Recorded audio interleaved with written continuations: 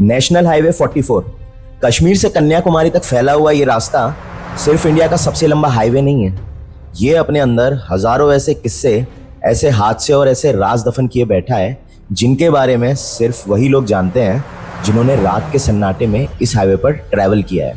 एक सुबह पुलिस को नेशनल हाईवे 44 के किनारे एक ट्रक खाई में पलटा हुआ मिला।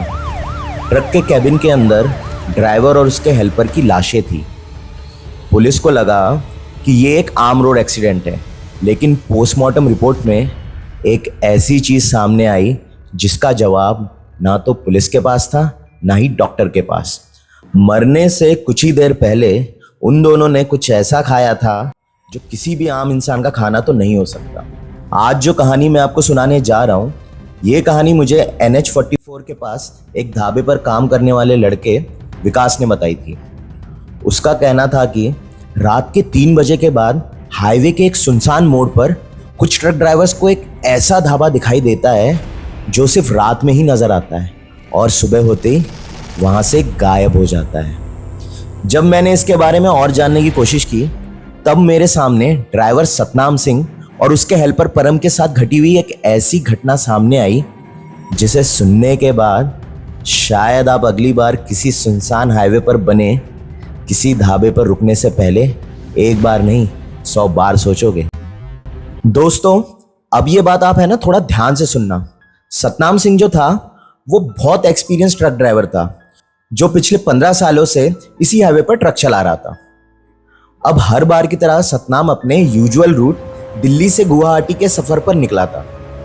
इस रूट का हर बड़ा शहर, हर बड़ा पेट्रोल पंप और लगभग हर मशहूर ढाबा उसे बहुत अच्छे से याद था। उस रात सतनाम सिंह के साथ उसका एक नया हेल्पर परम भी साथ में था। परम सिर्फ 19 साल का लड़का था जो कि पहली बार इतने लंबे रूट पे निकला था। अब इन्हें ड्राइव करते हुए लगभग रात के 2 बज रहे थे और बाहर बहुत तेजी से बारिश हो रही थी। अब लगभग आधे घंटे बाद बारिश रुक जाती है, लेकिन इसके बाद हाईवे पर धीरे धीरे बहुत घना कोहरा छाने लगा। अब यहाँ अगले 40 किलोमीटर तक ना तो कोई बड़ा पेट्रोल पंप था ना कोई शहर था। अब इसी टाइम पे है ना परम को बहुत जोरों से भूख लग रही थी और जो सतनाम सिंह था उसको भी ड्राइव करते हुए बहुत लंबा टाइम हो गया था, तो उसकी भी आंखों में बहुत ज्यादा नींद आ रही थी। फिर सतनाम ने डैशबोर्ड पर रखी हुई बाबा दीप सिंह जी की छोटी सी तस्वीर की तरफ देखा और धीरे से बोला, वाहे गुरु, कोई चंगा जिया ढाबा मिल जावे ते मिट्टी चाच पी के दिमाग खुले। और अजीब बात यह थी कि उसके ठीक 10 मिनट बाद उन्हें हाईवे के लेफ्ट साइड में धुंध के बीच एक बोर्ड चमकता हुआ दिखाई दिया जिसमें लिखा था, पिंड दा स्वाद 24 आवर्स ओपन। ये देखकर सतनाम ने ट्रक की स्पीड थोड़ी सी स्लो कर दी और वो देखता है कि वहां का जो ढाबा था वो बहुत ही पुराने टाइप का लग रहा था। जो आंगन था वो मिट्टी से लिपा हुआ था, साइड में कुछ खटिया बिछी हुई थी और बीच में बहुत पुरानी लकड़ी की चेयर्स थी और एक कोने पर एक जलता हुआ तंदूर था जिसमें से आग की लपटें निकल रही थी। लेकिन एक बात बहुत अजीब थी, इतने बड़े हाईवे के ढाबे पर ना तो कोई कार खड़ी थी, ना ही कोई ट्रक था और ना ही कोई कस्टमर। वो ढाबा पूरा का पूरा एकदम सुनसान पड़ा था। सतनाम ने थोड़े टाइम ढाबे को देखा और सोचने लग गया कि यहाँ रुका जाए कि नहीं रुका जाए, लेकिन फिर भूख और थकान के आगे उसने ज्यादा सोचना जरूरी नहीं समझा और यही उसकी जिंदगी की सबसे बड़ी गलती बन जाती है। उसके बाद सतनाम ने ट्रक को हाईवे से नीचे उतार के ढाबे के किनारे पार्क कर दिया। अब ये दोनों ढाबे के अंदर जा रहे थे। ढाबे के आंगन में पहला कदम रखते ही परम अचानक से रुक गया और वो है ना अपनी जैकेट को टाइट करने लगा क्योंकि वहां की जो हवा थी वो हाईवे से कहीं ज्यादा ठंडी थी। ऐसा लग रहा था कि किसी ने सर्दियों की रात में फ्रिज का दरवाजा खोल दिया हो।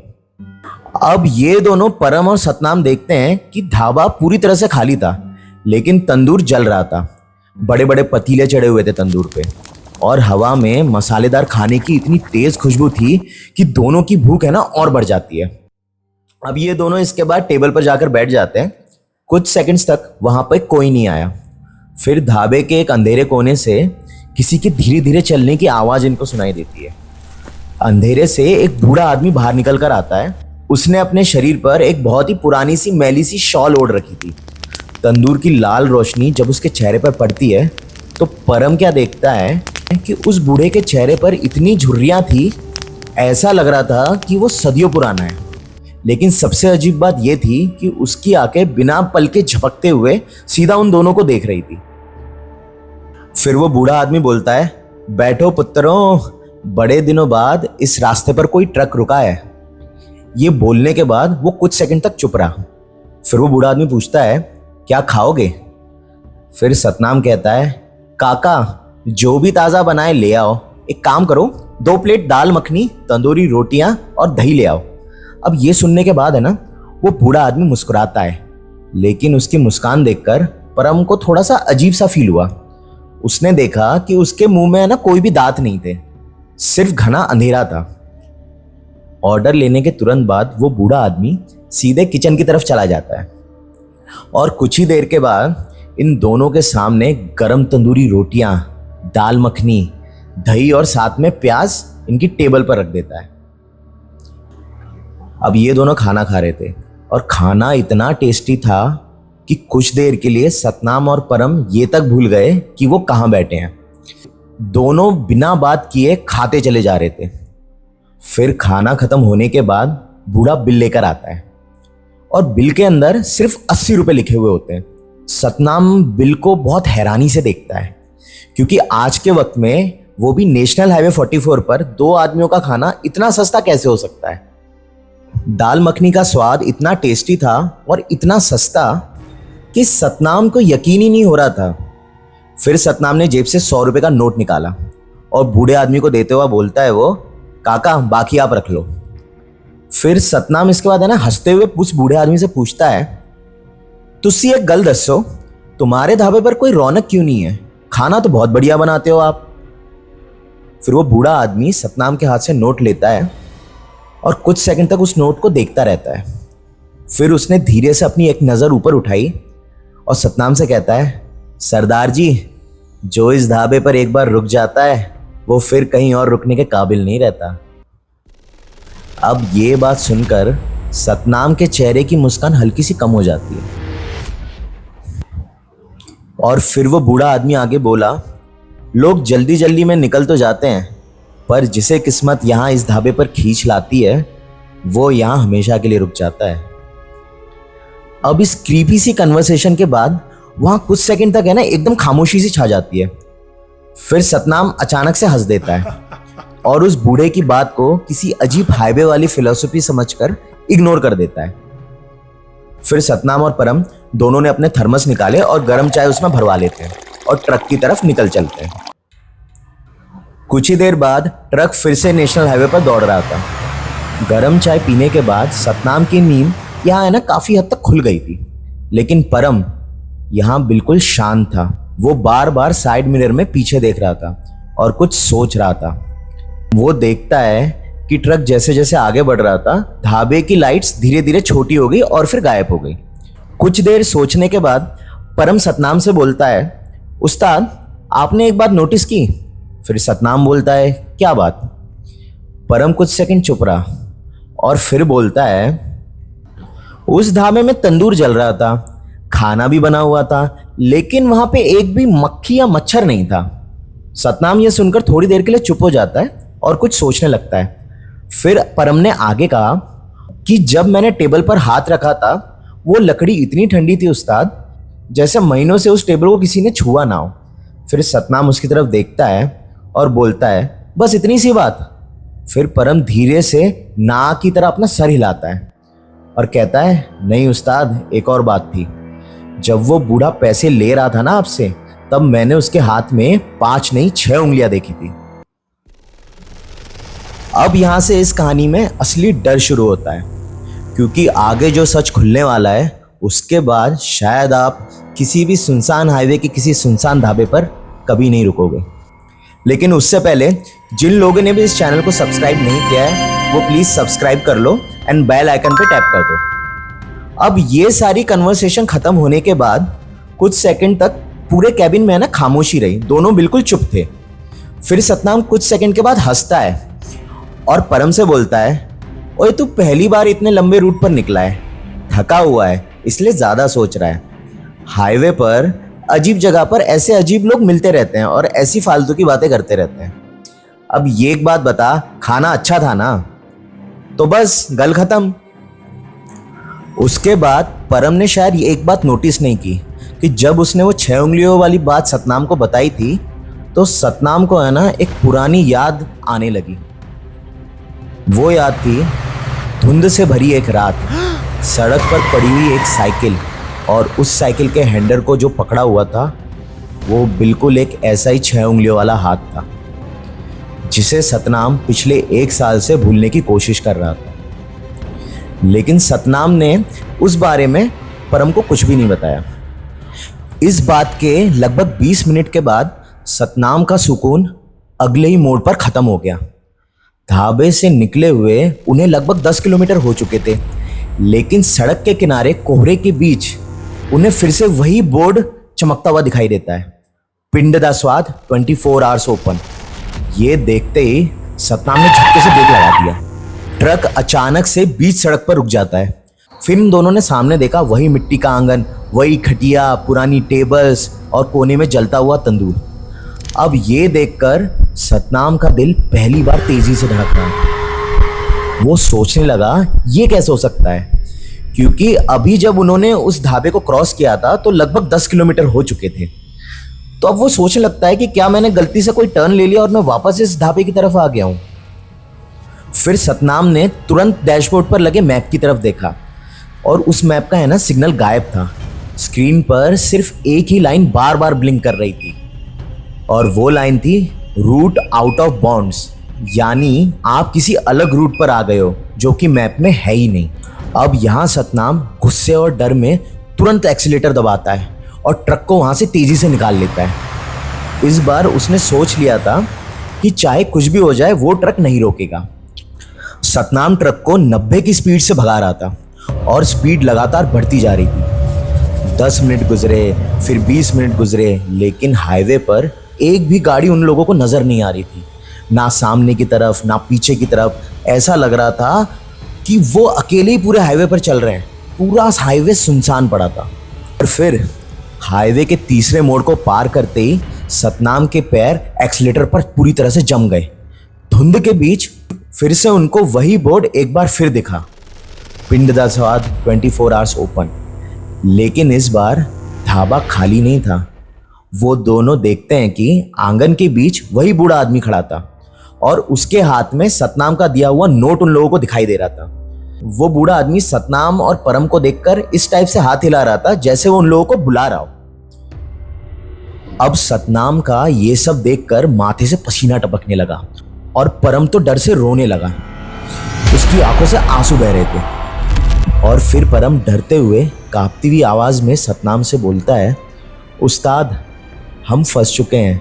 ये रास्ता हमें कहीं आगे जाने ही नहीं दे रहा है और ये ढाबा बार बार आ रहा है। अब सतनाम ने ट्रक रोक दिया, लेकिन इस बार वो नीचे नहीं उतरा।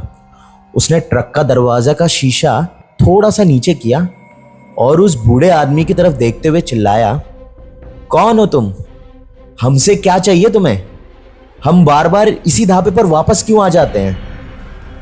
वो बूढ़ा आदमी ये सुनते ही धीरे धीरे ट्रक की तरफ चलने लगा, बिना कुछ बोले। अब वो बूढ़ा जितना उस ट्रक के पास आता जा रहा था उतना ही उस ट्रक के कैबिन के अंदर है ना अजीब सी बदबू बढ़ती ही जा रही थी। अब वो किसी खाने की खुशबू नहीं थी, वो किसी पुरानी सी सड़ी हुई लाश की खुशबू थी। परम ने स्मेल से बचने के लिए तुरंत अपना मुंह ढक लिया। फिर बूढ़ा ट्रक के बिल्कुल पास आकर रुक गया। फिर उसने अपनी शॉल गले से नीचे की। सतनाम ने अब जो देखा उससे उसकी आंखें और बड़ी हो गई। उस बूढ़े आदमी के गले पर एक गहरा पुराना सा सड़ा हुआ जख्म था। वो एक ऐसा जख्म था कि देखने से लग रहा था कि किसी तेज धार वाली चीज से उसके गले पर किसी ने वार किया हो। फिर उस बूढ़े ने सतनाम की आंखों में देखा और बोला, सरदार जी मैंने कहा था ना, जो यहाँ एक बार रुक जाता है वो फिर कहीं और जाने के लायक नहीं रहता। फिर उसने सतनाम से एक सवाल पूछा, सरदार जी पिछले साल 14 नवंबर की रात याद है आपको? 14 नवंबर? ये तारीख सुनते ही सतनाम का शरीर सुन्न पड़ गया। फिर उसे याद आता है कि 14 नवंबर की रात इसी हाईवे पर बहुत तेज धुंध थी। सतनाम ट्रक को लगभग 100 की स्पीड से चला रहा था और एक ब्लाइंड टर्न पर अचानक से एक बूढ़ा आदमी साइकिल लेकर सड़क के बीच आ गया। सतनाम ब्रेक लगा पाता उससे पहले ही ट्रक उस आदमी को टक्कर मार चुका था। वो बूढ़ा सड़क से उछलकर हाईवे के पास बनी एक गहरी खाई में गिर चुका था। सतनाम ने ट्रक रोका था, लेकिन कुछ सेकंड तक वो स्टीयरिंग पकड़े बैठा रहा और फिर उसने सोचा, अगर मैं यहाँ पे रुक गया तो पुलिस केस होगा, जेल होगी और उसकी नौकरी भी चली जाएगी। और फिर वो ये सब सोचकर नीचे नहीं उतरा। उसने ट्रक दोबारा स्टार्ट किया और वो उस बूढ़े को वहीं मरने के लिए छोड़कर भाग गया। अब उस बूढ़े आदमी ने अपनी पहनी हुई शॉल के अंदर से हाथ बाहर निकाला। उस हाथ में 5 नहीं, सच में 6 उंगलियां थी। वो वही हाथ था जो उस रात साइकिल के हैंडल पर था। फिर वो बूढ़ा सतनाम से कहता है, सरदार जी, मैं उस रात इस मोड़ पर एक छोटा सा ढाबा खोलने के लिए जमीन देखने आया था।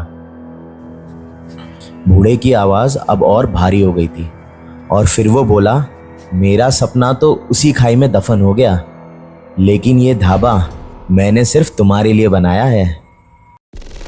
फिर वो बूढ़ा मुस्कुराया और बोला, तुम्हें मेरे हाथ का खाना पसंद तो आया ना सरदार जी। अब ये सुनकर परम एकदम से चीख पड़ता है और जोर से चिल्लाता है, उस्ताद गाड़ी भगाओ, ये भूत है। सतनाम ने फिर पूरे ताकत से रिवर्स गियर डाला और ट्रक को पीछे खींचने की कोशिश की, लेकिन ट्रक 1 इंच भी पीछे नहीं गया। सतनाम ने जैसे ही ट्रक के पीछे देखा, उसकी सांसें रुक गईं। ट्रक के पीछे सड़क थी ही नहीं, वहां सिर्फ एक गहरा अंधेरा था।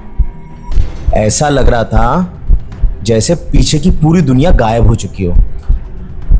इसके बाद वो बूढ़ा आदमी जोर से हंसते हुए बोलता है, और हाँ सरदार जी, जो खाना तुमने अभी खाया था ना, वो दाल मखनी नहीं था, वो इसी खाई में महीनों तक सड़ रहा मेरे जिस्म का मांस था।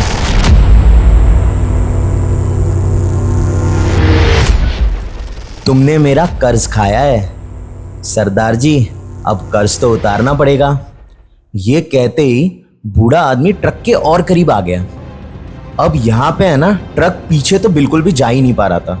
सो अब डर के मारे सतनाम ने पूरी ताकत से एक्सीलेटर दबा दिया। ट्रक तेजी से आगे बढ़ा, लेकिन हाईवे की तरफ नहीं, सीधा ढाबे के जलते हुए तंदूर की तरफ। अब इसके बाद एक भयानक टक्कर की आवाज आती है, चीखने की आवाजें आती हैं, लोहे के मुड़ने की आवाजें आती हैं और फिर अंधेरा। अगली सुबह नेशनल हाईवे 44 के माइलस्टोन 214 किलोमीटर के पास पुलिस को एक एक्सीडेंट की खबर मिली। हाईवे के किनारे एक गहरी खाई में एक 12 टायर वाला ट्रक पलटा हुआ था। इन्वेस्टिगेशन टीम जब वहां पहुंची तो पता चला कि एक्सीडेंट रात के करीब 3 बजे हुआ था। पुलिस को ट्रक के कैबिन से 2 लाशें मिली, एक सतनाम सिंह की थी और दूसरे उसके हेल्पर परम की थी। लेकिन पोस्टमार्टम रिपोर्ट में एक अजीब बात सामने आई, जिसने पुलिस को भी हैरान कर दिया। दोनों की मौत की वजह सिर्फ एक्सीडेंट में लगी हुई चोटें नहीं थी, उन दोनों के पेट से कुछ ऐसे सड़े हुए ह्यूमन टिश्यू के टुकड़े मिले